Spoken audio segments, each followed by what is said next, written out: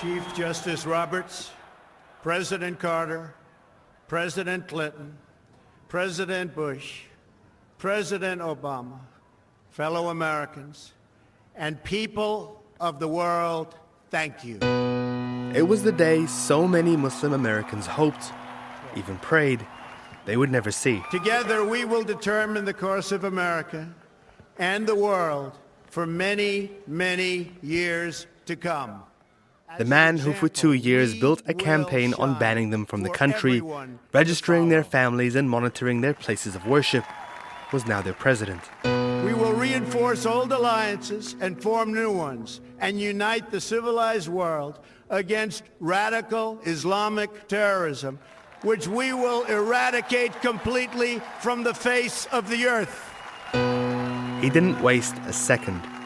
Within the first 2 weeks of office, Trump had signed 10 executive orders, including greenlighting the infamous wall on the Mexico border, putting his far-right chief strategist, Steve Bannon, on the National Security Council, and of course, banning all travelers and refugees from 7 Muslim countries, or at least he tried.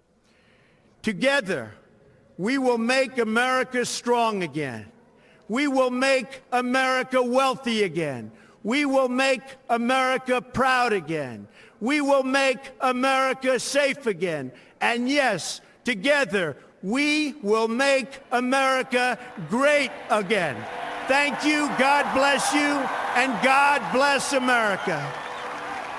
But nearly 4 months after the election, America remains bitterly divided.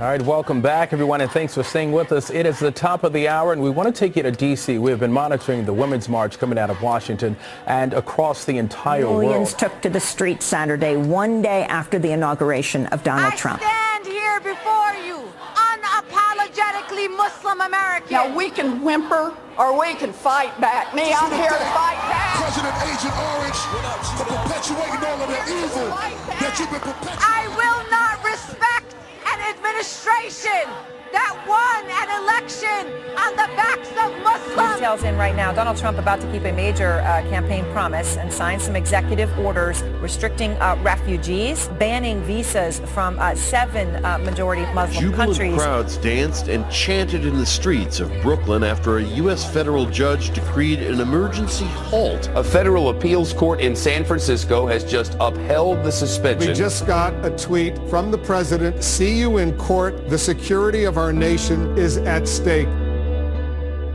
I'm Muhammad Hassan, and this is Public Enemy. In episode 1 of this series, we met Muslims in America anxious and uncertain. They described growing up in a climate of hostility ever since 9/11. 15 years on, in the glare of a heated presidential campaign, they were beginning to feel the same fear for their safety in public, for their rights, and their future. We decided to check back in. The last couple of weeks have been unbelievable. It's the word I keep returning to. It feels very surreal and very urgent and dire. This is Adina Lekovich from the Muslim Public Affairs Council. While we knew what this administration was capable of, because they told us all along the campaign trail, the fact that they moved at such a fast speed was surprising. Fortunately, the response by legal organizations like the ACLU and by everyday people rushing to airports, going on social media, being on as many public places as we can imagine, pushing back against this, and the judiciary now also pushing back against this Muslim ban disguised as selective countries. That's also been astounding. You know, when we last talked, I told you about a word that we made up in my house called crisertunity, the idea that there's an opportunity in every crisis. And I am astounded and also energized by the way that people have met this moment with like an astounding amount of compassion. It does feel like a crisis right now to you guys? Oh God, yeah. This is a crisis of the highest order. I mean, we're watching our very democracy and our Constitution being threatened right now. And you know, if it was just Donald Trump, that would be one thing. But Steve Bannon, now Attorney General Jeff Sessions, the people who are involved in the decision making for our country are people who fundamentally, I hate to say it, but I don't think that they fully believe in the humanity of Muslims. At the time we recorded this episode, the travel ban, or extreme vetting as the White House calls it, has been stalled by a federal judge, who is backed up by the Court of Appeals. It may go all the way to the Supreme Court, or the president may issue a modified ban, but for the families caught up in the middle of it, there's no way of knowing what will happen next. I mean, it's an emotional roller coaster for families right now who are separated because of the travel ban. I mean, we're at right now where we stand is that the ban has been sort of frozen temporarily, and so there's a huge rush for people to get here before that gets lifted, because it is certainly, it's all bets are off. It's uncertain whether they will be able to come back. And I know personally firsthand people who have family overseas and are making some, difficult decisions. I mean, people come here to build a new life and escape violence and instability. And the fact that them coming to the United States right now could also represent violence and instability, and not in that order, hopefully, it puts them in a catch-22 of sorts. Right, because they're sort of stuck between the place that they need to leave and the place that they're trying to come to. Right, and again, we have legal organizations and individual lawyers who have rushed to airports to provide free legal counsel. That is so astounding and exactly what we need right now. And organizations like the ACLU and others that are filing the bigger lawsuits, that is a saving grace right now. And so on the local level, when it comes to mosques or individual Muslim families, I know that there are many places that are hosting Know Your Rights trainings or workshops. Our community of Muslims is about 3.5 million in the U.S. About 2/3 of them are immigrant in origin. Of those, I don't know how many people actually come from those 7 countries, but there are lasting effects. And we know that something like 100,000 people are potentially impacted by this travel ban. So while it's a huge issue, it's also a micro-level issue where it's heartbreaking. In his first interview as president, Donald Trump was asked whether the ban would fuel anger in the Muslim world towards America. There's plenty of anger right now. How can you have more? You don't think it'll exacerbate the problem? David, I mean, I know you're a sophisticated guy. The world is a mess. The world is as angry as it gets. Well, you think this is going to cause a little more anger? The world is an angry place. This is not the America that I know. This is not the America that my parents moved to for religious freedom, for a better way of life, for an education for their children. That face does not represent our face as Americans of all different stripes. Most Americans recognize that we're a country made of immigrants and made great by immigrants, not just in the past, but today. And so to have our elected leader be projecting a dark and angry vision of the world is out of sync with how most Americans feel about it.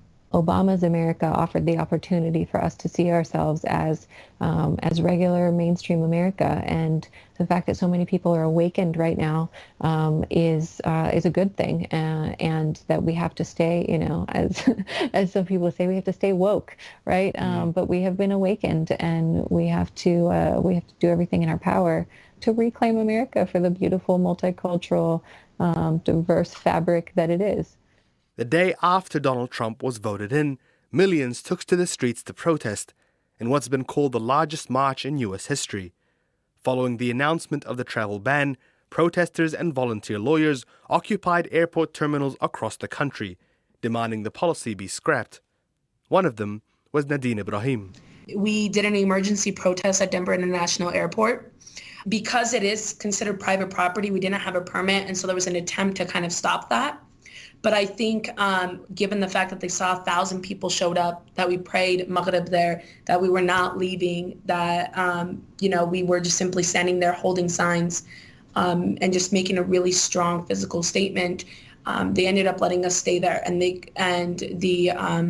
city mayor ended up giving us what you can say kind of like an emergency permit around that.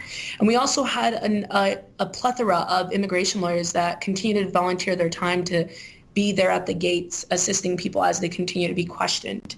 And, you know, in our communities, we sent out mass information around, if you're stopped, these are your rights, be sure to verbally state them, and this is what you can ask for around this.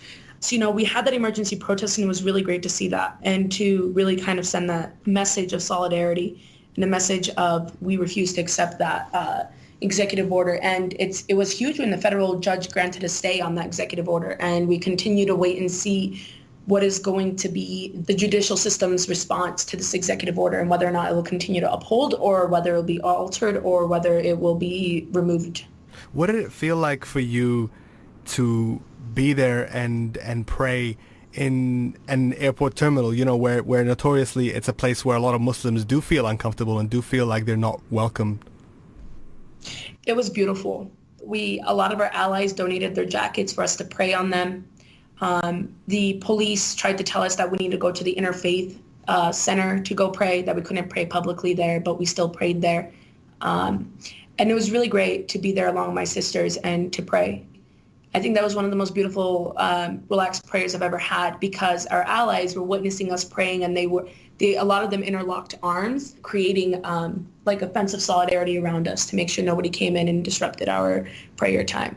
So it was really beautiful to see that, and I felt very relaxed and I felt protected within that space. For community organizers like Nadine, it's day in and day out. She's there speaking at rallies on campus, in public places, at mosques, to senators, the mayor. Her phone is constantly buzzing with desperate calls from students wanting to find out what's going to happen to them and their loved ones. She started a buddy system with her female Muslim friends to make sure no one's going out alone at night in case they're attacked. It's been very exhausting. It's been very emotionally draining. I mean, I would be lying too if I didn't have, and saying that I didn't have any meltdowns in the last few months. I don't think I've had my mental health be so compromised ever in my life as it is in this time period since the election. Actually, since the inauguration more than anything else. Right. So yeah, it's been really difficult. But we refuse to back down, because to me and to a lot of the people that I work with, silence is a form of acceptance, and we refuse to be silent around this. And we demand that the Constitution be upheld to the extent that it's supposed to be upheld. And we refuse to accept any type of executive orders that are ultimately discriminating against people on the basis of them being, in the words of the Trump administration, implemented to protect our national security. So you guys, I mean, it's fight or flight right now, isn't it? It really is. It really is. It's so hard. It's so hard to keep pushing for this. It's like, you know, it's crazy to think how much we have to fight for justice and enforcement of civil rights to be upheld. I mean, we saw it the second that the second, you know, literally after the day of inauguration, the civil rights page was removed from the White House page. LGBTQ rights page was removed from the civil rights page. And it just, it's just crazy. Trump's policies have already sent ripples across the world. The Canadian man who shot up a mosque in Quebec last month, killing 6 Muslims, cited Donald Trump as a main influence. In Europe, upcoming elections could see pro-Trump and anti-Muslim candidates as heads of state in France and the Netherlands. A bill currently before the Australian Senate would give the current immigration minister, Peter Dutton, the power to revalidate visas of, and I quote, specified class of persons, and halt immigration from certain countries if it's in the public interest. To put things in context, this is what he had to say in November about Lebanese Muslim migrants. If we're talking about a significant number of people within that community who are doing the wrong thing, then clearly mistakes have been made in the past. And the reality is that Malcolm Fraser did make mistakes in bringing some people in the 1970s, and We're seeing that today, and we need to be honest in having that discussion. The former immigration minister, now treasurer, Scott Morrison, said Trump's travel ban was proof the world was catching up to Australia's approach on border security. So how do Australian Muslims feel about that? I mean, how do I feel about it? I'm not surprised, to be honest. The warning signs have been there for a long time, and people have been arguing this point, including myself, for a long time that we're heading down this path. This is Muhammad Taba, a researcher at Melbourne University. We spoke to him in episode 2 about Australia's counter-terror policies and the rise of far-right parties like Pauline Hanson's One Nation. I do agree that America, in some parts, followed Australia's lead. So I do agree with the Treasurer on that. Australia sort of led the way in terms of immigration policy. Obviously, America's gone a little bit further down that track and, been a little bit more explicit in their language. It is what it is. It's pretty bad. We all know that. What I usually like to focus on is, from our end as a Muslim community, what have we done to prevent this, perhaps to pave its way, and also in the current times, what are we doing to resist it? To give an example, one of the common responses we've had towards Islamophobia and racism from many Muslim leaders across the West is, for example, it's coming out now in the US, this isn't the America that we know, this is un-American, or in our context, this is un-Australian. I think that sort of language and that approach is unhelpful in that it misses the fact that actually this is very American, it's very Australian. These are not aberrations, these are policies that have been entrenched over very long periods of time, and this is, I would argue, the inevitable result. So I do think there was a little bit of, what can we call it, I guess hopeful, I would call it naivety, to be perfectly blunt. I guess some people would call it hopeful optimism or something of that sort. But I do think that really stifled a lot of, what could have been meaningful resistance to these sorts of policies. So what kind of resistance do you think the Muslim community needs to be undertaking? Look, it's hard to say. Obviously, it's all speculation, and it's much easier, acknowledge to critique what's currently happening. One obvious one is, what's currently taking place across parts of the US, allying with other groups. This is something I think that's long overdue, something, a bit of a missed opportunity, if you will. Many other groups have been through similar scenarios. They've worked out tactics, plans, what works, what doesn't. They've also formed networks, increased their resources and so on. That's something that we, really lack in this Australian context. It's those networks the Muslim community might need sooner than they thought. In order to retain its place in government, Australia's leading Liberal Party struck a deal last week with One Nation. The guys that want to ban Muslims and shut down mosques, to support each other's candidates ahead of the upcoming state election in West Australia. And with the immigration bill worming its way through Parliament, it seems all but inevitable a travel ban is on its way. Absolutely. It's there in the bill. It's simply a matter of whether it gets passed or not. I do think, we've got it in writing very similar to the US policy. I don't see why it wouldn't go through, to be perfectly honest. Either, perhaps watered down a little bit, but I don't see why a policy like that wouldn't go through either now or sometime in the near future. And what will it mean for the Muslim community in Australia? Essentially it would just increase the pressure. I don't want to pretend that it's going to, I think for most of us it's not going to be a big shock, we were living comfortably and then this ban came in. I think it will just, turn up a few notches of the pressure that we've been facing for the past couple of decades. It will be very interesting to see what happens to people with dual citizenship, people travelling in and out of the country for various reasons, and also just, I guess, relatives visiting and so on. These are really uncertain times. It is frightening, but I don't think it's surprising. Look, perhaps this is just the way that we're dealing with it, is to, accept that it's here, and that sort of a ban or proposal should be, instigating really widespread panic, and I don't feel that it is that much, and I suspect that's just because we've gotten used to so much pressure and so much. We mentioned in the last episode that, week after week we're just constantly facing new issues. So I think we've become accustomed to that a little bit, which is a bit frightening.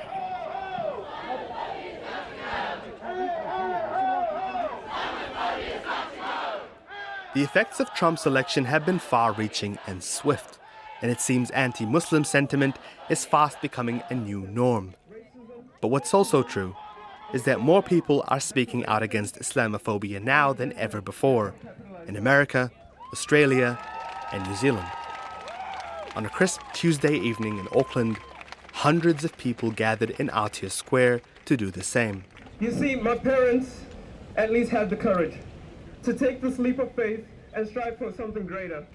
Ahmed Bashir spoke at the rally about his parents who migrated from Sudan to make home in New Zealand. Because they're citizens here, it means they're exempt from Trump's ban. But Ahmed says his cousins are right in the midst of it. My family members can't leave. Like, my cousins essentially can't leave the country now. Even though they live in the U.S., they can't leave the U.S. Even, for even a year back to Sudan, just out of fear that they won't be let back in. And I think that in itself is frightening. What are they going through right now? I think confusion. Everyone's trying to find hope in what's happening. But it's hard. But, I think that's what a lot of people are just trying to do. Like my cousins, I know for a fact that they're just trying to find something. They're trying to find solidarity with the rest of their communities, right? And I think that gets them by, and that gets a lot of people by from losing, their sanity, I guess. But people in New Zealand shouldn't pat themselves on the back, he says. This could happen here too. So New Zealand, people have this perception, personally, people have this perception that New Zealand has always had a very open refugee kind of thing, but it really hasn't. The reasons that, for example, the Jewish community is very small here is because New Zealand, after World War II, had a very strict, refugee policy. Right? I think it was OECD report where it showed that New Zealand took one of the least amounts of refugees in comparison to other, even Australia, it took more refugees compared to their capabilities. So New Zealand is not actually in a great state. People just have this perception that it is, which is even more dangerous than actually being aware of it. During the rally, 3 Trump supporters arrived and started shouting pretty horrible anti-Muslim stuff, trying to disrupt the speeches. Then, these guys turned up.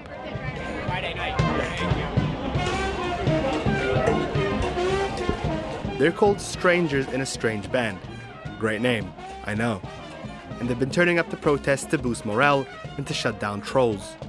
They surrounded the Trump supporters and drowned them out with, well, trumpets.